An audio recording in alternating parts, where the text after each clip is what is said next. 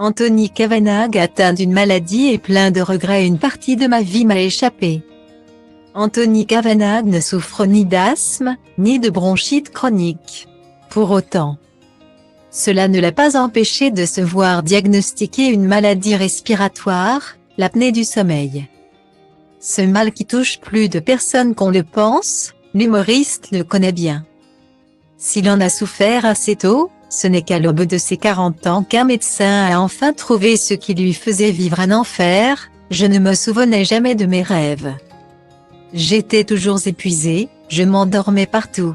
Je me suis endormi au volant à quelques reprises, dont 2 fois où à la dernière minute, l'inconscient m'a dit réveille-toi. Fatigué, tel un zombie comme il se qualifiait à l'époque, Anthony Kavanagh a donc fini par trouver le mal qui lui causait autant de souffrance. Si guérir n'est pas toujours une option, Anthony Kavanagh se fait une joie d'avoir trouvé un traitement qui lui permet à nouveau de mener une vie plutôt normale, même si celui-ci consiste à être relié à une machine très bruyante toutes les nuits et à ressembler à Dark Vador toutes les nuits, la coquetterie.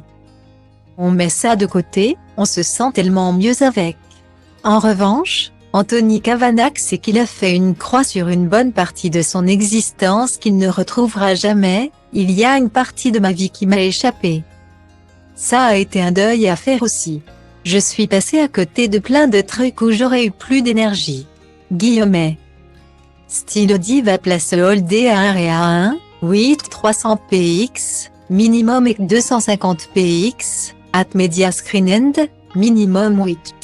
990 px, div. À place Holdé à 1 et à 1, 8 620 px, minimum et 350 px, style. Comme Anthony Kavanagh le dit si bien, l'apnée du sommeil engendre plein de problèmes. De maladies, que ce soit des maladies cardiovasculaires, des crises cardiaques, des infarctus, la perte de libido, la dépression.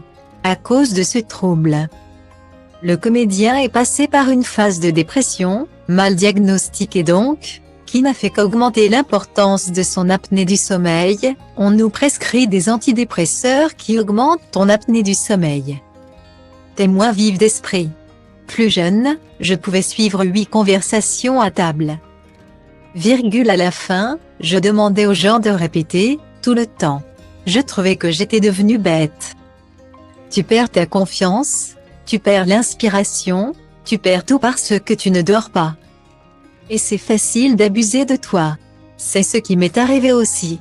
Il y a des gens qui ont abusé de ma confiance. Guillemets.